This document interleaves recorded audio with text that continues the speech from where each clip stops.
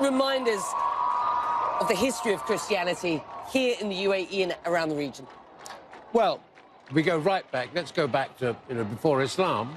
Christianity arrived here. The 4th or 5th century, the monastery established the 6th century, sorry, 7th into 8th. Christianity throughout Eastern Arabia before the coming of Islam, and it continued on into the Islamic period. And it was only around the 10th century it began to fade away. But then more recently, in the last 50 or 60 years, we've had the arrival of new Christian communities. Catholics, obviously, they're very loud behind us, but many denominations. Yeah. Anglican, Episcopalian. We have the ancient churches of the East, the Arab Christians, some of those who suffered most under the depredations of Daesh, ISIS in Iraq and Syria. So we have that early Arab Christianity here too. It's a very diverse Christian community in the Emirates.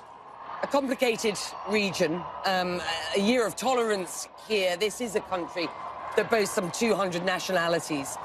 Omar, some 40 churches, some 700 Christian ministries as far as I understand it. Sikh temples next to Buddhist temples next to mosques.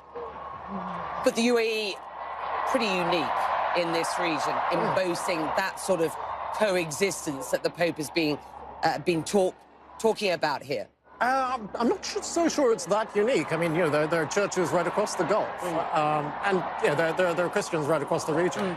I think what we've done is, or rather the leadership has done, is that they've taken the ethos that had been projected by the founder of the nation, and they really sort of interpreted it for the 21st century. And that's something that, wasn't necessarily going to happen. But it's something that the sons of the ruler, the founder of the Emirates, have really taken to heart and really want to project into the country and into the region as well. There are critics who say a year of tolerance might suggest a different position so far as political expression is concerned.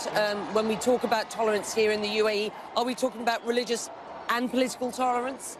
Well, I'm going to guess that religious tolerance is a step towards political tolerance. And, I've heard the Crown Prince of the Emirates speaking on numerous occasions, talking about real democratic reform at some stage within the Emirates, but that this is a process that takes time.